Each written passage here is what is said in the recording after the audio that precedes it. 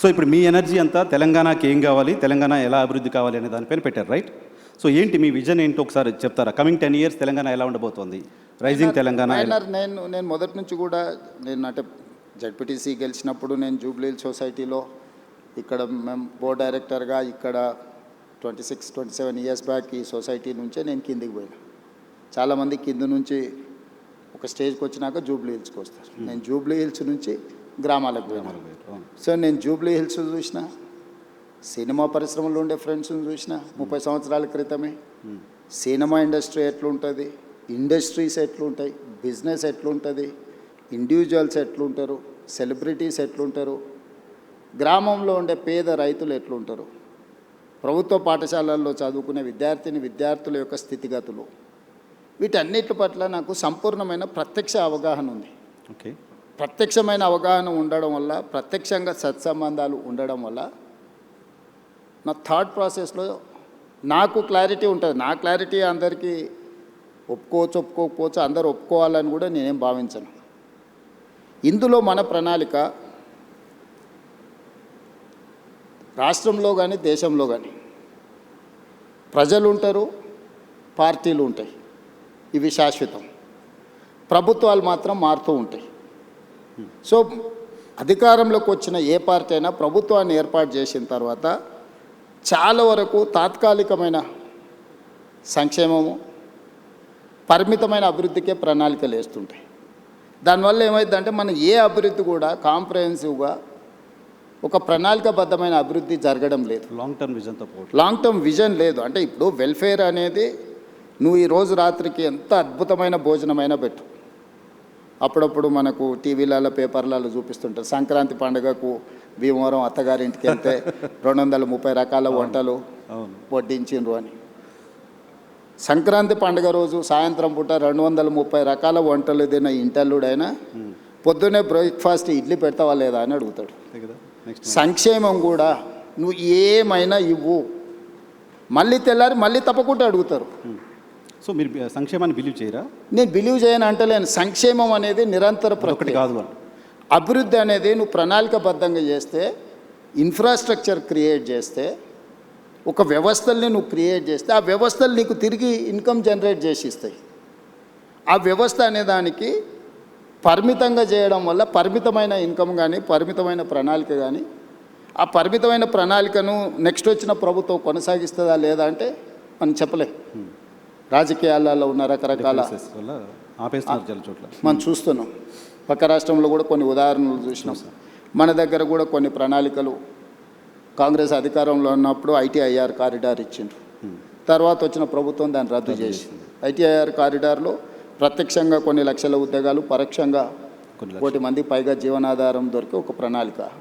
ఆ ప్రణాళికను వచ్చిన ప్రభుత్వం కొనసాగించలేదు. ఇట్లాంటివి చాలా ఉదాహరణలు ఉన్నాయి. అందుకోసం ప్రభుత్వాలు శాఖవారీగా చేస్తారు. అంటే ఈ శాఖ ప్రణాళిక ఇట్లా ఉండాలని చూస్తారు, లేకపోతే జెండర్ బేస్డ్, అంటే పురుషులకైతే ఇట్లా ఉండాలి, మహిళలకైతే ఇట్లా ఉండాలి, యువకులకు విద్యార్థులకైతే ఇట్లా ఉండాలి, రైతులు అట్లా. అంటే ఒక వర్టికల్ని మాత్రమే మనం డిజైన్ చేస్తున్నాం ఇప్పటి వరకు. ఈ వర్టికల్స్ డిజైన్ చేయడం వల్ల ఒక పూర్తి స్థాయి ప్రణాళిక అభివృద్ధి అనేది మనం చేయలేకపోతున్నాం. ఉదాహరణ, మనకు సెల్ఫ్ హెల్ప్ గ్రూపులు ఉన్నాయి, స్వయం సహాయక సంఘాలు, మహిళా సంఘాలకు వాళ్ళకి సంబంధించిన బ్యాంకులో రుణాలు ఇచ్చి వాళ్ళని ఆర్థికంగా నిలబెట్టాలని ఒక ఆలోచన చేస్తారు. అంతవరకు అది కరెక్టే. కానీ నేనేం చేసిన, ఇదే మహిళలను నిరంతరంగా పనిచేయడానికి అవసరమైన ప్రణాళికలు రచించాలి అని చెప్పి నేను RTC బస్సుల్లో మహిళలకు ఉచిత ప్రయాణం ఇచ్చిన. ఇది కేవలం మహిళ తన తల్లిగారింటికో లేకపోతే తనకు నచ్చిన మందిరాన్ని, దేవాలయాన్ని సందర్శించుకోవడానికో చాలామంది అనుకుంటున్నారు. కానీ అది కాదు. మహిళనే growth engine for any state, any country. So ఈ మహిళ ఎక్కడి నుంచి ఎక్కడికి, చేతి వృత్తి అయినా కానీ, కుల వృత్తి అయినా కానీ, ఉద్యోగ బాధ్యత అయినా కానీ, ఈరోజు గవర్నమెంట్ స్కూళ్ళలో 24-25లో 0 డ్రాప్ అవుట్స్ ఇన్ తెలంగాణ. నీతి ఆయోగ్ చెప్పింది, నేను చెప్పలేదు. ఎక్కువ మనం డ్రాప్ అవుట్స్ ఎక్కడున్నాయి? ఆడపిల్లల డ్రాప్ అవుట్స్. గ్రామాలలో 7th వరకు ఎడ్యుకేషన్ ఉంటే 8th పోవాలంటే పక్క ఊరికి పోవాలి. పక్క ఊరు పోవాలంటే తల్లిదండ్రులకు ఒక భారం. ఏ విధంగా పంపించాలనేది ఒక సమస్య, దానికి అయ్యే ఖర్చు ఏ విధంగా సమకూర్చుకోవాలని రెండో సమస్య, ఆడపిల్లలకు భద్రత ఉంటుందా లేదా అనేది మూడో సమస్య. కానీ నేను ఆర్టీసీలో ఉచిత ప్రయాణం ఇవ్వడం వల్ల ఏ విధంగా వెళ్ళాలనే సమస్య, ఆ ఖర్చులకు సంబంధించిన సమస్య నేను పరిష్కరించగలిగిన, రక్షణకు సంబంధించి తీసుకోవాల్సిన చర్యలు తీసుకున్నాను. సో ఆడపిల్లలు చదువు నుంచి దూరం కాకుండా మనం ఈ ప్రణాళిక వచ్చింది. ఈరోజు ఇదే మహిళలు తాము ఉద్యోగానికి కానీ ఎక్కడికి వెళ్ళినా నెలకు దాదాపుగా ఒక 10,000 రూపాయల సేవింగ్స్ ఉన్నాయి మహిళలకు. 28 నెలలలో ఆర్టీసీకి 10,000 కోట్ల రూపాయలు రాష్ట్ర ప్రభుత్వం చెల్లించింది.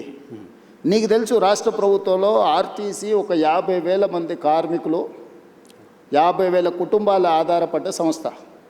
గత ప్రభుత్వంలో దాదాపుగా 2 నెలలకు పైగా దీక్ష, ధర్నాలు, బంధులు మొత్తం ఎక్కడొక్కడ ఉండి 60-70 మంది డ్రైవర్లు, కండక్టర్లు ఆత్మహత్యలు చేసుకున్న పరిస్థితి.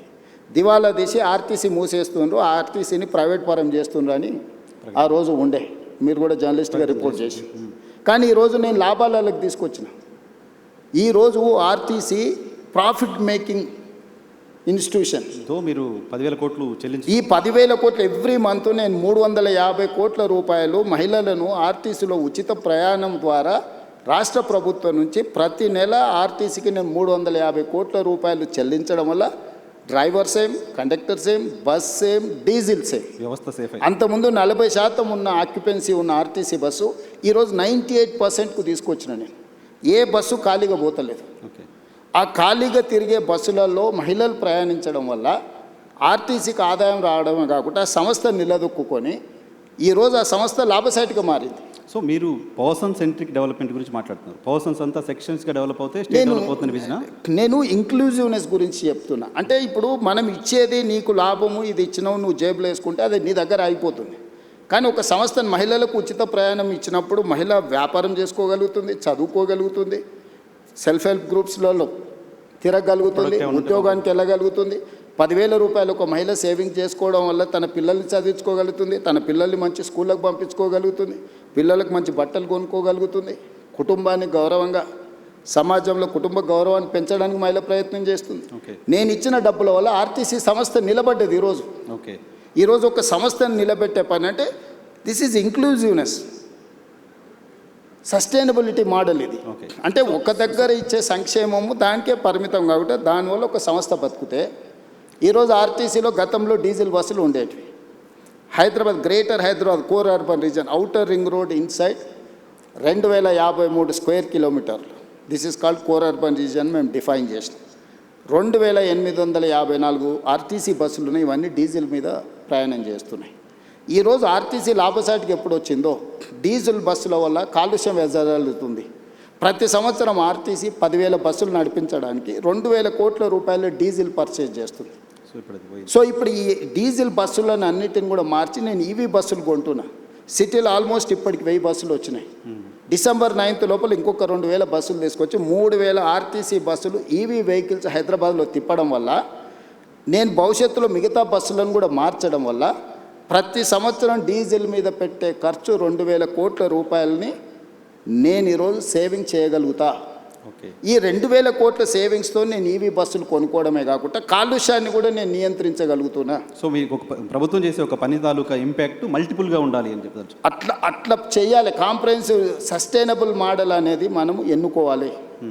ఒక పని, ఒక ప్రయత్నం ఒక దగ్గర సంక్షేమం లాగా కనిపించినా, ఇక్కడ స్పెండింగ్, ఇక్కడ ఖర్చు పెడుతున్నట్టు కనిపించినా అది ఇతర ఆదాయాలను సృష్టించడానికి ప్రణాళికలు ఉండాలి. సో నేను మహిళలకు ఉచిత బస్సు ఇచ్చింది కేవలం మహిళలు ఓట్లు వేయించుకోవడానికి, మహిళలు బస్సులో ప్రయాణం చేయడానికి ఇచ్చేసిండే రేవంత్ రెడ్డి అని చూస్తున్నాను. నేనేం చెప్తున్నా, ఒక మహిళ కులవృత్తి కానీ, చేతి వృత్తి కానీ, ఉద్యోగం కానీ, ఉపాధి కానీ, చదువు కానీ వీటన్నిటికీ తనకు ఒక శక్తిని ఇస్తున్నా. సో అది ఓకే, మహిళలకు సంబంధించి సరే, దానికి సంబంధించిన ఇంపాక్ట్ మీరు అంతా చెప్పారు. ఓకే.